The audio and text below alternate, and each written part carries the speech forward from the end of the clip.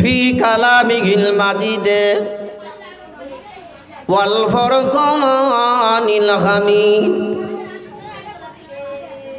ওয়া মা আরসালনাকা ইল্লা রাহমাতাল লিল আলামিন।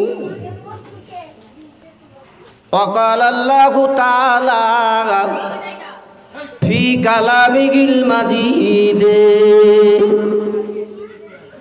ওয়াল ফুরকানিল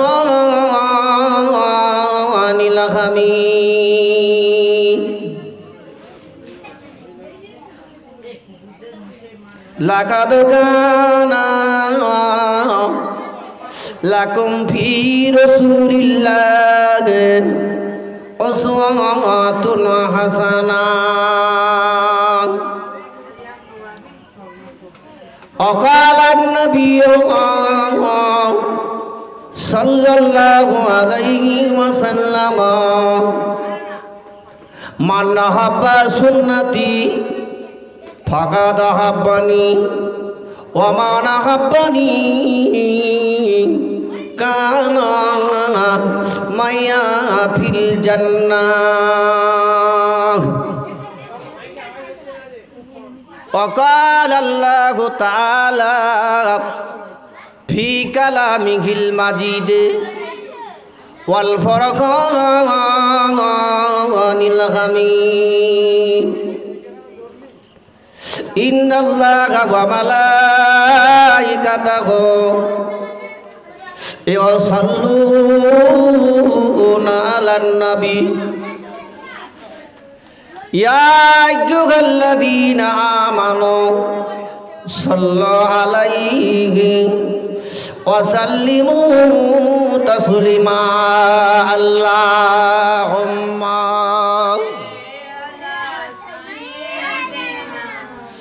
ওয়া আলা আলি সাইয়্যিদিনা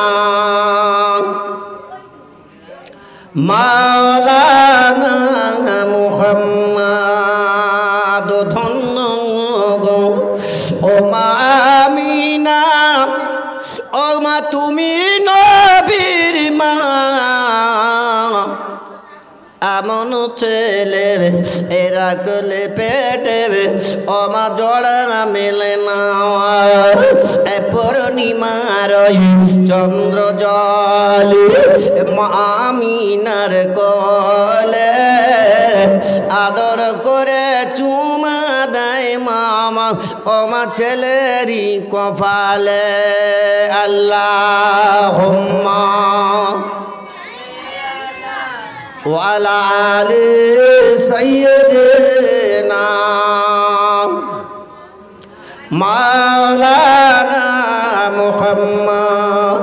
মুআজ্জাজ মুকাররম আগত ওলামায়ে কেরাম, উপস্থিত আমার আব্বা জানেরা, চাচা জানেরা, সমাবেশক সাথী ভাই, পর্দা নিশিকা মা, ধার্মিক মা বোনেরা, আল্লাহ পাক আমাদেরকে এই বেহেশতের বাগানে আসা এবং বসা, বলা, শোনা তৌফিক দিন। সবাই বলে আল্লাহুম্মা আমিন। একটু জোরে বলেন নারায়ে তাকবীর, নারায়ে তাকবীর। আমার সোনার মানিকেরা, বাবাজি, আমার ভাই জানেরা, আজ কলিজার টুকরা বাবাজিরা, আজকের আমরা যে মজলিসে বসেছি এ মজলিসের বড় দাম, এ মজলিসের বড় দাম। আমার বিশ্বনবী, দয়ার নবী হাবিবুল্লাহ, ওয়া মা আরসালনাকা ইল্লা রাহমাতাল লিল আলামিন। আল্লাহ পাক যে নবীকে পাঠিয়েছিলেন, দো জাহান পালনেওয়ালা নবী আমার উম্মতের জন্য, সেই নবীকে আজকের আমরা পেয়েছি। শুধু পাওয়া তো দূরের কথা, সেই নবীর আখিরে জামানার নবী, নবী মুসা আলাইহিস সালাতু ওয়াস সালাম বলেছেন, আল্লাহ সব থেকে কোন মাসটা দামি মাস? তিনি বলেছিলেন রমজান মাস। এই রমজান মাসে যদি কেউ রোজা রাখে, কেউ যদি আপনার কিনা কেউ যদি রোজা রাখে, ইফতার করে, সে যেন আল্লাহর খানায় কাবায় বসে সে যেন ইফতার করলো। জোরে বলুন না সুবহানাল্লাহ। যত মোমেন মোমেনাত আছে সমস্ত মোমেন মোমেনাত আনেওয়ালার যত নেকি এক পাল্লা যদি রাখা হয়, আর এতগুলো আমল নিয়ে যদি এই আখিরে জামানার নবীর উম্মতেরা রোজা রাখে, ততটা ইফতার করে ঘরে বসে বিবি বাচ্চাদেরকে নিয়ে, সে যেন খানায় কাবায় মক্কা শরীফে বসে ইফতার করলো। জোরে বলুন সুবহানাল্লাহ। আর সমস্ত মোমেন মোমেনাতের সওয়াবটা ওই ওজাদারকে দেওয়া হবে। জোরে বলুন সুবহানাল্লাহ। ভাইদান আমার বাবাজিরা, সোনার মানে কেনা ও আমার কলেজার টুকরা বাবাজিরা, আমার দোয়ার নবী রহমাতুল লিল আলামিন নবী আমার জানিয়ে দিয়ে গেলেন বাবা, আবার আখির জামানার নবী কেমন ভাবে পৃথিবীর জমিনেতে আসলে আমার নবী পাকের কথা আলাপ আলোচনা হবে। আজকে আমার নবী পাকে দুনিয়া জমিনে এসেছিলেন, আমার নবী পাকের আম্মা জানকে বলেছিল, ও আমার সাথী সঙ্গীরা, ও আমার সাথী সঙ্গীরা, আমি জানিয়ে দিয়ে গেলাম আহারে আজকে তোমাদেরকে ফটো আঁকা হবে, আজকে ছবি আঁকতে হবে।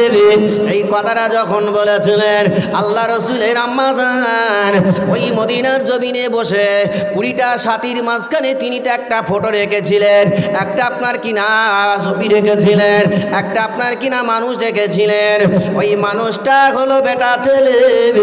যখন জিজ্ঞাসা করা হয়েছিল, ও মা আমেনা, আমেনা ও মা আমেনা, এমন ভাবে কেমন করে রাখলে বলো, এমন সুন্দর করে কেন আঁকলে বলো, তার পিঠেতে কেন 4খানা পাথর দিয়েছ বলো, তার কপালে 1খানা পাথর কেন দিয়েছ বলো, তার সিনায় কেন 2টো পাথর দিয়েছ বলো, এবং 4টে পাথরের গায়ে কেন নামটা লেখা আছে বলো। ওই সময় আমেনা আমার নবীর মা বলেছিল, বাবা এ মদিনাবাসীরা, এ মক্কাবাসীরা, তোমরা জেনে রেখে দাও, শুনে রেখে দাও, আমি যে বাচ্চাটা রেখেছি এটা অন্য কোনো ফটো হতে পারে না, এটা হবে আখিরের জামানার নবীর ফটো রেখেছি। জোরে বলুন এ সাথী সঙ্গীরা, এ আমার বন্ধু বান্ধবেরা, আমি অন্য কারোর ফটো নয়, আমি জানিয়ে দিলাম আমি যে আপনার কিনা পিঠির চালে 4টে পাথর বসিয়ে দিয়েছি।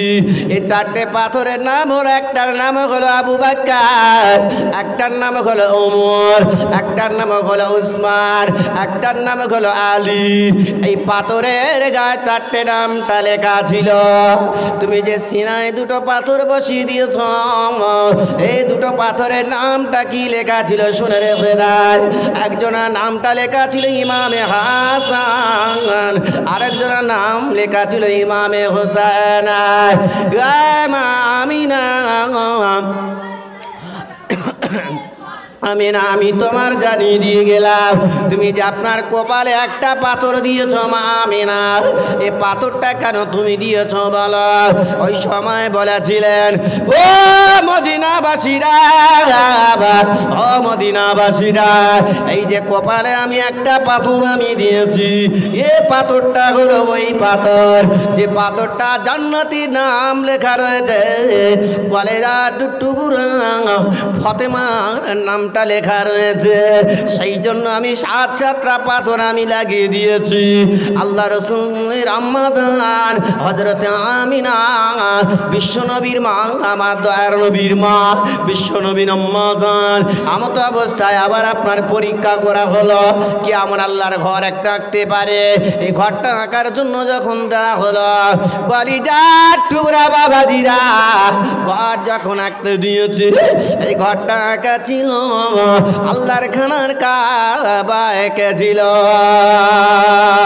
যিনি পরীক্ষা নেওয়ালা, তিনি বলেছিলেন বাবা, তিনি বলেছিলেন, ও আমিনা, এই ঘরটা তুমি কেমন করে এঁকেছো মা আমিনা, তুমি কেমন করে ঘরটা এঁকেছো বলো।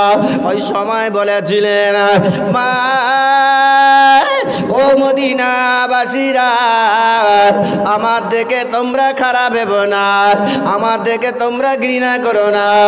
আল্লাহর খানার কাবাটা আমি আমিনা একবার কেন শত শতবার বললে